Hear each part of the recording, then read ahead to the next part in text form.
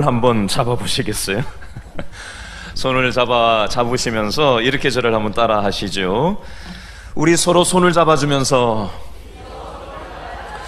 예수님만 바라보고 함께 신앙생활 합시다. 자, 앞뒤 좌우에 보시고 한번 잘 오셨습니다. 인사하겠습니다. 지난주 구미호 영성집회 강사로 우리 길신교회 출신인 김면수 선교사님이 오셔서 말씀을 전해주셨습니다. 그동안 필리핀에서 3년 반 동안 선교 사역을 하셨고 이제 다른 나라로 장기 선교사로 헌신을 하고 어느 나라로 들어갈지 기도 중에 있는데 어느 나라를 생각하고 계신가요? 제가 질문을 드려봤더니 파키스탄이나 러시아의 우즈베키스탄 또는 키르기즈스탄 그리고 예멘 바로 옆에 있는 오만이라는 나라 또 그 외의 나라가 될 수도 있다라고 하면서 기도 중에 있다는 얘기를 같이 나눴습니다. 현재 우리 선교사님 나이가 50세인데요. 어느 나라가 되었든지 그 나라의 현지 언어를 새롭게 배워야 합니다. 돈을 벌기 위해서 그 나라로 들어가는 것도 아니고 자녀 교육 문제 때문에 그 나라를 찾아 들어가는 것도 아닙니다. 딸이 둘 있는데 하나는 현재 한국에서 대학을 다니고 있고 둘째는 고등학생인데 필리핀에 갈 때 고등학교 들어간다고 교복 받으러 가는 날 자퇴를 하고 영어 한마디 못하는 아이를 필리핀 학교에 입학을 시켜놨더니 아이가 스트레스를 받아가지고 한 학기 마치고 나서 몸 안에 물이 가득 들어차 있더랍니다. 한 달 동안 물을 뺐대요, 몸에서. 방학이 끝날 때가 되니까 치료가 끝나서 또 학기가 시작돼서 또 아이가 영어 때문에 스트레스를 많이 받는 시간들을 보냈다는 얘기를 들었습니다. 아이가 이렇게 얘기했다고 하더군요. 왜 아빠 엄마의 인생에 나를 끌어들여서 나를 이렇게 힘들게 하느냐 따지기도 했던 그 아이가 지금은 아빠 엄마처럼 자신도 선교사로 되어서 살아가겠다 하는 아이로 변했다고 합니다. 우리 김면수 선교사님은 두 딸을 독립시키고 두 내외만 선교지로 떠날 예정에 있다고 합니다. 사모님은 이미 러시아에서 선교했던 경험이 있는데 그곳에서 추방되었던 적이 있다고 합니다. 선교한다고. 그러나 하나님이 러시아로 가라고 하시면 가려고 모든 가능성을 열어놓고 준비하고 있다는 얘기를 들었습니다. 이 세상의 모든 사람들의 마음속에는 정착해서 살고 싶은 그리고 안정되고 싶은 욕구라는 것이 있습니다. 그러나 김면수 선교사님 부부 마음속에는 어떤 욕구가 정착하고 싶고 안정되고 싶은 욕구를 넘어서서 또 돈을 벌고 싶고 자녀와 함께 살고 싶은 욕구를 넘어서서 살게 하고 있는 걸까요?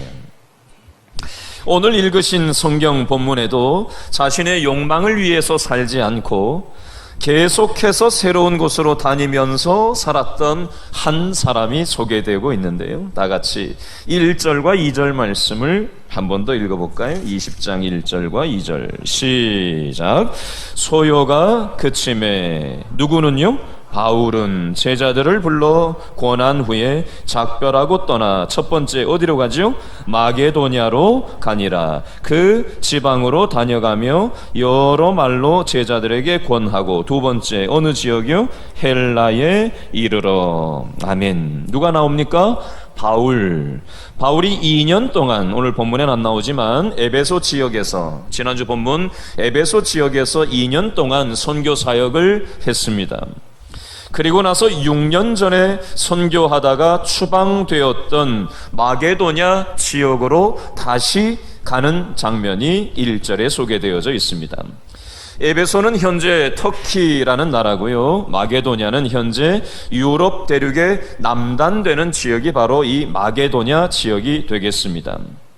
2절에 그 지방으로 다녀가며 라는 표현은 바울이 6년 전에 마게도냐 지역을 다니면서 선교했던 빌립보 교회, 데살로니가 교회, 베레아 교회 그 지역을 다시 찾아가서 신앙생활을 잘 하고 있는지 바울이 돌아보았다라는 표현이 되겠습니다.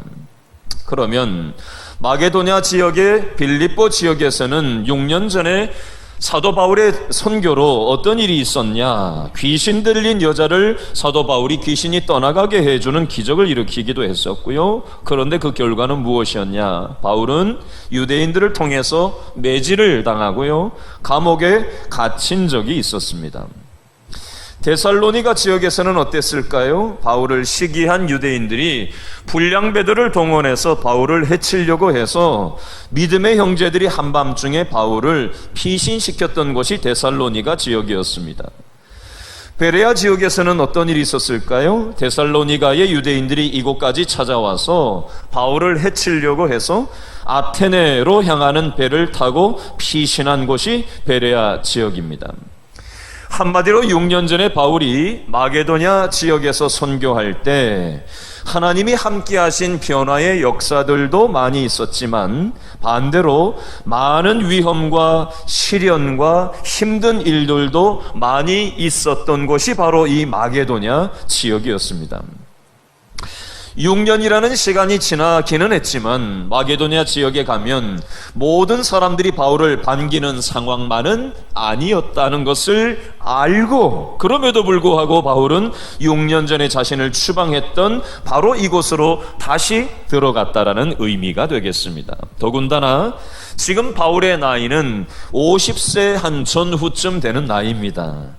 2000년 전 사람들의 평균 수명이 50세도 채 되지 않았을 시절인데, 그러면 요즘 평균 수명으로 환산하면 최소 우리나라 나이로 치면은 70세는 훌쩍 넘었고 많으면 80, 90 정도 됐을 나이였을 수도 있는데 새로운 선교지로 바울이 갔다라는 겁니다. 더군다나 바울은 건강도 좋지 않았습니다.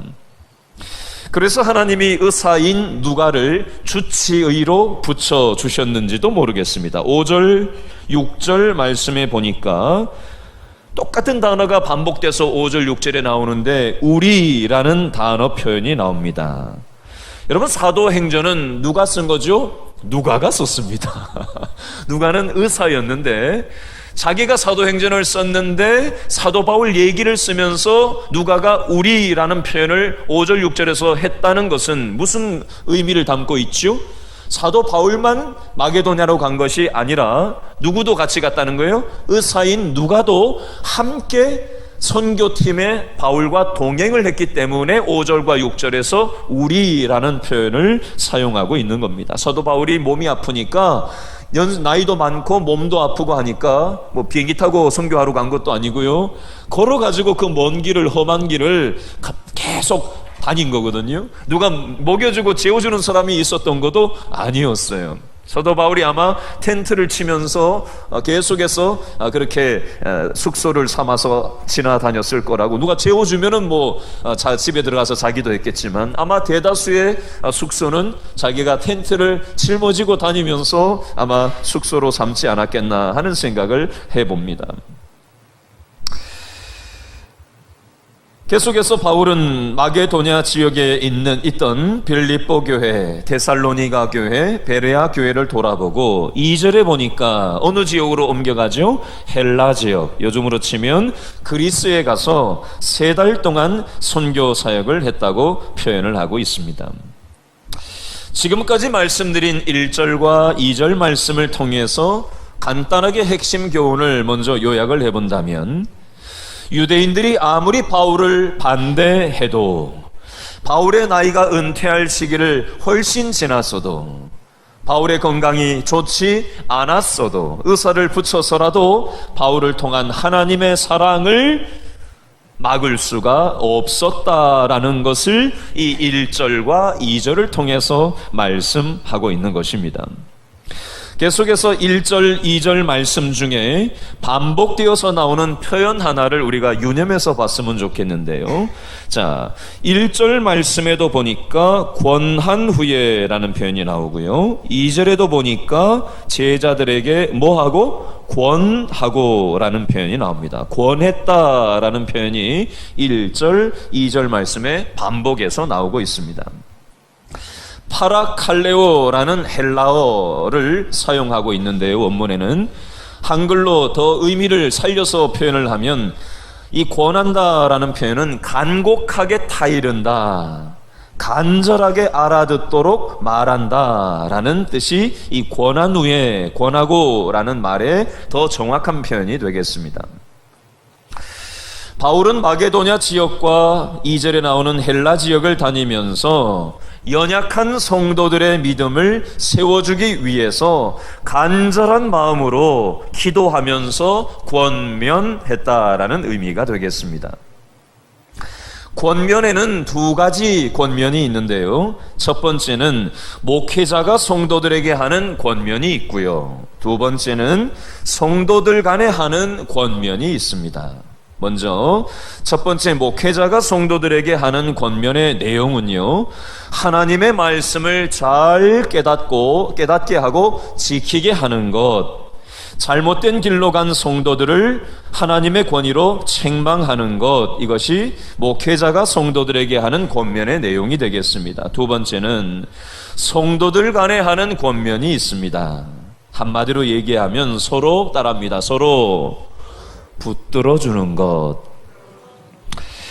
여러분, 우리는 서로의 성도들 간의 연약함을 볼 때 간절한 마음으로, 아끼는 마음으로, 안타까운 마음으로 서로 붙들어 주어야 합니다. 권면은 쓴 약과 같습니다. 여러분, 쓴 약 잘 드세요?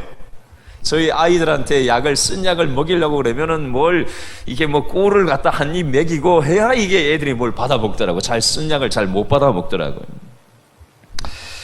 약은 입에는 쓰지만 몸에는 어떻죠? 이롭습니다. 그렇죠? 마찬가지로 권면은 들을 때는 쓰지만 내 영혼의 건강을 위해서는 유익합니다. 다만 주의할 점이 있는데 어떤 마음으로? 따라합니다. 기도하는 마음으로 따라합니다. 사랑하는 마음으로 따라합니다. 서로 권면해 줄 때, 한 번 더요, 서로 붙들어 줄 때 따라합니다. 우리의 영혼은 건강하게 세워질 수 있습니다. 아멘. 여러분, 우리 길신교회 안에 때로 목회자가 성도들을 권면해야 될 때가 있고요, 또 성도가 성도 간에, 여러분 목사도 목회자이긴 하지만 성도 안에 포함되기도 합니다. 목회자도 완벽하지가 않고요, 그 어떤 성도도 완벽한 사람은 없습니다. 서로의 부족하고 연약한 모습이 보였을 때 우리는 어떤 마음으로요? 서로 붙들어주는 마음, 서로 안타까워하는 마음, 서로 기도하는 마음으로 우리가 함께 기도해 줄 때, 서로 책임져 줄 때, 우리 모든 성도들이 더 건강한 영적 상태로 회복되고 세워지게 될 줄로 믿으실 수 있기를 바랍니다.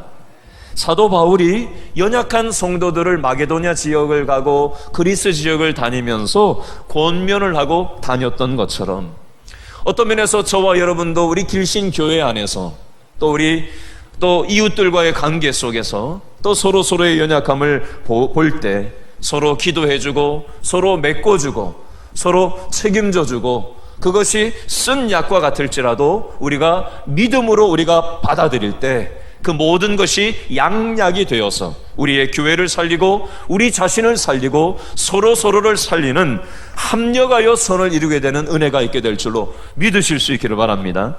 마지막 교훈을 하나 더 나누려고 하는데요, 다 같이 3절과 4절 말씀을 한 번 더 읽어보도록 하겠습니다. 3절 4절 다 같이 시작. 거기 석 달 동안 있다가 배 타고 어디로 가려고 하죠? 수리아로 가고자 할 그때에 누가요? 유대인들이 어떻게 하려고 하죠? 바울을 해하려고 공모함으로 어디로 돌아가요? 마게도냐를 거쳐 육로로 돌아가기로 작정하니. 4절. 아시아까지 함께 가는 자는 베레아 사람 브로의 아들 소바도와 데살로니가 사람 아리스다고와 세군도와 더베 사람 가이오와 및 디모데와 아시아 사람 두기고와 드로피모라. 아멘. 3절 4절 이게 무슨 의미인가 간단하게 한번 설명을 해보겠습니다. 먼저 3절 내용은요, 사도 바울이 그리스 헬라 지역에서 3달 동안 연약한 성도들에게 권면을 하고 그 사람들을 믿음 안에서 세워주고 난 다음에 수리아 안디옥 지역으로, 아시아 지역으로 배를 타고 헬라 지역, 그리스 지역에서 이제 넘어가려고 하는데, 배를 타려고 이제 자기하고 함께 선교사에 가던 팀원들하고 이제 배를 탈 준비를 이제 막 하고 있는 참인데, 유대인들이 사도 바울을 저놈의 자식, 배에서 사람 죽이는 게 쥐도새도 모르게 죽이기가 쉬운 것이, 배에서 살짝 어떻게 하면은 배에 물에서 떨어져 죽으면 이게 뭐 누가 죽였는지 어쨌는지 알기 어렵잖아요. 그러니까 이제 유대인들이 공모를 해서 사도 바울이 이 배 타고 가는 그 사이에 우리가 잡아 죽이자라고 하는 그 공모의 소식이 어떻게 누굴 통해서 전해졌는지는 모르겠지만 사도 바울 귀에 들어가게 된 거예요. 그래서 이 배를 타고 수리아 안디옥으로 갔다가는 이제 선교를 더 이상 하지 못하고 이 배 물에 빠져서 죽겠구나 하고는 그걸 미리 알고는 사도 바울이 다시 그 배를 타지 않고 육로로 600km나 떨어져 있는 마게도냐 지역으로, 이 그리스 지역에서 다시 육로로 걸어서 다시 위로 올라가 가지고 빌립보 지역까지, 마게도냐 지역에 있는 빌립보 지역까지 600km를 걸어서 삥 돌아간 거예요. 그 얘기를 3절 말씀에 하고 있는 겁니다. 여러분, 이 3절 말씀을 통해서 한 가지 교훈을 우리가 좀 살펴봤으면 좋겠는데요. 저를 따라서 한번 따라해 보시죠. 하나님이 노라고 말씀하실 때, 노라는 것은 안 돼라는 거잖아요. 안 돼. 사도 바울은 어떻게 하고자 했었죠? 그리스에서 배를 타고 그 수리아 안디옥 지역으로 가려고 했단 말이에요. 내 계획은 배를 타고 수리아 안디옥으로 가는 게 내 계획이었어요. 근데 하나님께서 노, 안 돼라고 얘기하는 것처럼 보이는 거예요. 인간적으로는요, 유대인들이 사도 바울을 배에 타고 갈 때 빠져 죽이려고 하는 공모지만, 어떤 면에서 이것은 하나님께서 그 길을 사람들을 통해서 막으시고 다른 방법을 통해서 일하시겠다라는 것을 얘기하는 것이기도 합니다. 여러분, 우리는 성경을 볼 때 남 얘기를 보듯이 보면 안 되고요. 그러면 내 삶 속에서도 이런 면이 뭐가 있을까 한번 적용해서 생각을 해보는 게 중요합니다. 여러분, 이해를 돕기 위해서 제가 처음에 얘기해드렸던 김면수 선교사님 얘기를 다시 한번 해볼게요. 지난 금요일 날 저녁을 먹으려고 잠깐 앉아가지고 이런저런 얘기를 나누다가 저하고 이런 얘기를 잠깐 나누었어요. 3년 반 동안 필리핀에서의 선교 사역을 마치고 둘째 딸 아이하고 함께, 사모님과 함께 한국으로 이제 돌아오려고 하는데 비행기를 다 이제 준비를 해놓고 있는데 둘째 딸 아이가 댕기열이라는 이 전염병에 감염이 된 거예요. 치사율이 40%라고 하더라고요. 죽는 비율이 40%라는 얘기를 하시더라고요. 급작스럽게 아이가 열이 뭐 이것저것 어떻게 제어가 되지 않는 상태가 되고 여러 가지 수치가 막 떨어지고 잡히지가 않으니까 의사가 이거 심상치가 않다라는 얘기까지 나와서, 우리가 지지난주일 오후 예배였나요? 오후 예배 때 제가 이 부분을 놓고 기도 제목을 부탁을 했던 적이 있었어요. 우리 오후 예배 참여한 우리 성도들에게. 그래서 함께 우리가 합심 기도를 전체적으로 했던 적이 있는데 기억나시는가 모르겠어요, 그때. 그렇게 하고 난 다음에 바로 그 다음 날인가 카톡이 이제 필리핀에서 선교사님한테 저한테 왔는데요. 여러분들이 기도해 주셔서 아이의 열이 완벽하게 대본 잡히지는 않았지만 계속해서 부정적으로 수치가 뚝뚝뚝뚝 떨어지는 것이, 수치가 아주 미미하긴 하지만 반전이 돼가지고 이제 살짝 돌아섰습니다. 기도해 주셔서 감사합니다 라는 표현을 문자로 보내주셨어요. 제가 그 얘기를 가지고 지난 이틀 전에 우리 선교사님 만나가지고 밥 먹으면서 이 얘기를 했어요. 선교사님이 이제 필리핀에 3년 반 동안 다녀오시고 이제 장기 선교사로 어느 나라를 가실지 모르게 생겼는데, 어떤 면에서 딸아이가 댕기열에 걸려가지고 아주 위독한 상황까지 가서 아주 힘든 마음을 겪긴 하셨지만, 어떤 면에서 그 시간이 그 시간을 통해서 많은 기도하는 사람들이, 믿음의 동역자들이 전 세계에서 기도를 함께 해주고, 그 기도를 통해서 기도가 응답되고 그 아이가 병세가 반전되는 것을 경험하게 되면서 믿음의 동역자들과 함께 기도하면 하나님께서 이렇게 내 삶을, 우리 딸아이의 건강을 책임지신다라는 것을 경험했던 것처럼, 제가 이렇게 말씀을 드렸어요. 감히 선교사님한테. 선교사님 어디로 가실지 모르겠지만 이 경험이 선교지로, 장기 선교사로 이제 가시게 되면 여기서도 이렇게 내 딸아이의 삶을, 건강을 책임져 주셨다면 어디가 됐든 어느 곳에 가서 어떤 환경에 있든 하나님께서 그곳에서도 지켜주실 줄로 저는 그런 생각을 해보게 됐습니다 라고 선교사님하고 그런 밥 먹으면서 얘기를 나누었어요. 여러분, 이 영적인 이치는 저와 여러분의 삶 가운데도 똑같이 적용될 수 있습니다. 여러분, 우리는 이 땅을 살아가면서 이런저런 어려움을 겪을 때가 있습니다. 사도 바울도 수없는 어려움을 겪었어요. 여러분, 믿음 생활을 한다고 해서 어려움이 한 개도 없는 만사형통이 이루어지는 게 아닙니다. 수없는 어려움이 우리에게 모양을 바꿔치기 하면서 계속해서 달려들어요. 이 문제가 없으면은 아무런 문제가 없는 것 같지만 그 다음에 더 큰 문제가 찾아와요. 도대체 왜 이 문제가 내 앞에 다가와가지고 내 인생을 이렇게 딱 가로막나라는 그런 마음이 우리 가운데 올 때가 있더라는 것입니다. 사도 바울도 배 타고 그냥 수리아 안디옥으로 건너가면 얼마나 편해요, 그죠? 지금 나이도 은퇴 시기를 훌쩍 넘긴 나이고요, 또 병도 있어가지고 얼마나 몸이 걷기에 힘들었겠어요. 600km를 자동차도 자전거도 없던 시절에 숙소도 없는데 그 텐트를 해 짊어지고 그 먼 길을 600km를 삥 돌아서 마게도냐 지역에 있는 유럽 최남단에 있는 빌립보까지 600km를 걸어가는 게 배 타고 가는 것보다 얼마나 힘들었겠어요. 거기 가서 배를 타고 남쪽으로 내려오게 됐단 말이죠. 인간적으로 보면 이런 불평이 나오지 않겠어요? 아니, 하나님, 내가 뭐 내 욕심 차려가지고 뭐 하려고 하는 것도 아니고, 내가 이 수많은 어려움을 감수하고 믿음으로 살려고 나름 이렇게 애를 쓰고 있는데, 아니 배 타고 좀 편하게 좀 갈 수 있도록 해주시지, 왜 사람들이 나를, 유대인들이 저렇게 나를 애를 먹이고 힘들게 하고, 또 나를 죽이려고 하고 물에 빠져 죽이려고 하는 이걸 통해 가지고 왜 이게 뭐가 막히는 것 같고 안 되는 것 같고 이런 일이 생깁니까? 라는 그런 마음이 사도 바울 마음에는 없었을까요? 저는 사도 바울도 인간의 탈을 쓰고 사는 사람이기 때문에 성경에는 그 심정까지는 표현을 다 기록하고 있지 않지만 사도 바울도 저는 그 마음이 있었다고 저는 생각해요.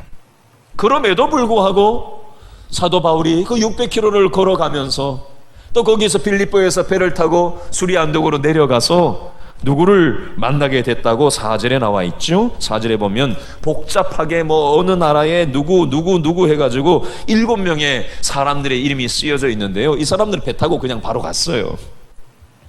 가서 거기에서 사도 바울과 함께 600km 걸어가가지고 빌립보에서 배 타고 내려간 사도 바울과 이 드로아에서 만난 거예요. 수리 안디옥 지역에 있는 항구인 드로아에서 만나게 됩니다. 여러분, 이 7명의 사람들은요, 소아시아 지역에 있는 7교회 대표자들의 이름인데요, 이 사람들은 왜 바울과 동행해가지고 이 수리아 안디옥으로 가려고 했냐면, 이 예루살렘 교회가 기근이 들어가지고 굉장히 어려웠습니다. 그래서 이제 신생 사도 바울에 의해서 마게도냐 지역에서 이제 개척된 교회, 또 그리스 지역에서 개척된 교회, 이제 믿음이 연약한 성도들이긴 하지만 이 사람들이 자기 나라도 아닌 이 예루살렘에 있는 사람들이 교회가 어렵다는 소식을 듣고 저 사람들이 남이 아니라 믿음 안에서 한 형제 자매라는 그 믿음의 마음을 가지고, 자기들도 어렵지만 자기들도 개척교회지만 구제금을 모아가지고 그 멀리 그 어려움을 감수하고 사도 바울과 함께 그곳으로 가서 구제금을 전달하기 위해서 4절에 나오는 이 7사람들이 함께 그곳에 갔던 것을 우리는 볼 수가 있습니다. 제가 이걸 보면서 이런 생각을 적용으로 해봤어요. 우리 길신교회 성도들이 구제금을 뭐 여러 가지 헌금의 종류가 있는데 뭐 11조도 내시고 또 건축 헌금, 구제 헌금, 또 헌화 헌금, 또 여러 가지 헌금의 종류를 우리가 이렇게 저렇게 하시는 분들이 많이 계신데요. 얼마 전에 우리 당회에서 장로님들과 함께 이 구제금을 누구에게 우리가 전달을 하면 좋을까 하고 우리 장로님들과 함께 상의를 해서 이렇게 이런 분들 저런 분들한테 우리가 성도들이 어렵게 피땀 흘려서 번 돈을 헌금을 하셨는데 이런 분들한테 우리가 헌금을 하면 구제금이 좀 쓰이면 좋겠다 해서 함께 상의해서 결정을 하고 제가 아무도 모르게 전달을 해드렸어요. 여러분, 우리가 넉넉해서 헌금을 하는 게 아니라 넉넉해서 우리가 구제를 하는 게 아닙니다. 우리가 한 형제 자매다라는 그 믿음의 마음이 있기 때문에 우리의 물질을 나누어서 또 다른 연약한 자들, 또 다른 힘든 마음을 가지고 살아가는 분들에게 이 마음을 나누고 우리는 한 형제다라는 그 마음을 함께 나누기 위해서 우리가 이 구제금을 하는 것입니다. 여기에서 우리가 교훈을 하나 얻을 것은요, 따라합니다. 옆 사람 보시면서 우리는 믿음의 형제 자매들입니다. 우리는 한 배를 타고 있습니다. 예수님만 바라보고 손에 손을 붙들고 믿음으로 함께 살아갑시다. 사도 바울의 마음속에 또 7교회에서 구제금을 들고 자기들도 교회가 개척교회라 어렵지만 자기들도 연약한 사람들이지만 멀리 다른 나라에 있는 예루살렘 교회에 이 흉년이 들어가죠. 기근이 들어서 어려운 이 형편을 돕기 위해서 시공간을 초월해서 그곳으로 달려가는 이 믿음의 사람들의 마음속에는 우리는 한 형제 자매다라는 이 공동체 의식이 있었다라는 겁니다. 여러분, 이 세상이 점점 더 개인주의화 되어가고 있습니다. 점점 더 우리 한국 사회가 얼마나 공동체 중심이었고, 그죠? 함께 이렇게 살아가는 그런 문화가 있었습니까? 근데 점점 더 도시화가 진행이 되고 점점 더 개인주의화가 발전을 점점 더 하다 보니까 공동체 의식이 없어지고 심지어 교회조차도 공동체 의식이 없어지고 나 자신만 생각하는 너무나도 개인주의적인 생각이 점점 더 가속화되고 있는 것 같아서 참으로 아쉬운 현실입니다. 바라기는 우리 모든 길신교회 성도들은 나 자신만 생각하는 것이 아니라 또 서로의 연약함을 돌아보고 서로 기도해주고 또 물질을 함께 나누고 서로 책임져 주면서 우리는 한 배를 탄 그런 한 형제 자매다라는 생각을 가지고 서로 불쌍히 여기고 서로 안타까워하며 서로 손을 붙들어주며 이 믿음의 걸음을 함께 걸어가는 우리 길신교회 성도들 다 될 수 있기를 바랍니다. 기도하겠습니다. 점점 더 참 각박한 세상을 우리가 살아갑니다. 뉴스를 틀면 어떻게 이런 일이 생길까 싶은 일들이 점점 더 수위를 높여가며 강도를 더해가며 벌어지는 모습을 보면서 참 안타까운 삶을 우리는 서로 시린 가슴을 가지고 외롭게 이 땅을 살아갑니다. 하나님께서 우리 길신교회라는 믿음의 공동체를 통해서 우리는 믿음의 한 배를 탄 형제 자매라는 생각을 우리에게 부어주셔서 서로의 연약함을 우리가 기도하면서 책임져 주게 하시고 서로 안타까운 마음으로 손을 먼저 내밀게 도와주시고 서로 불쌍히 여기며 서로 용납하면서 우리가 모든 것이 합력하여 선을 이루게 하시는 하나님의 은혜임을 우리가 기억하고 믿음으로 나아가는 우리 길신의 성도들 다 될 수 있도록 인도하여 주시옵소서. 때로 내 삶 가운데 내 계획과 다른 일이 펼쳐질지라도 하나님께서는 그 모든 것을 합력하여서 더 좋은 최선으로 인도하신다는 사실을 기억하게 도와주시고 나이가 아무리 많아도 건강이 아무리 연약할지라도 수많은 방해가 있을지라도 하나님의 사랑을 그 어떤 것도 막을 수 없다라는 사실을 기억하며 우리에게 주어진 믿음의 길을 함께 손에 손을 붙잡고 걸어가는 우리 모든 길신의 성도들 다 되게 도와 주시옵소서. 모든 것이 하나님의 것인 줄 알아서 그 중에 일부를 11조로 감사 예물로, 건축 예물로, 구제 예물로, 또 일천번제로 헌화 예물로 드리는 손길들이 있습니다. 이 예물이 하나님 나라를 위해서 아름답게 사용되는 예물이 되게 도와 주시옵소서. 예수님의 이름으로 기도합니다. 아멘.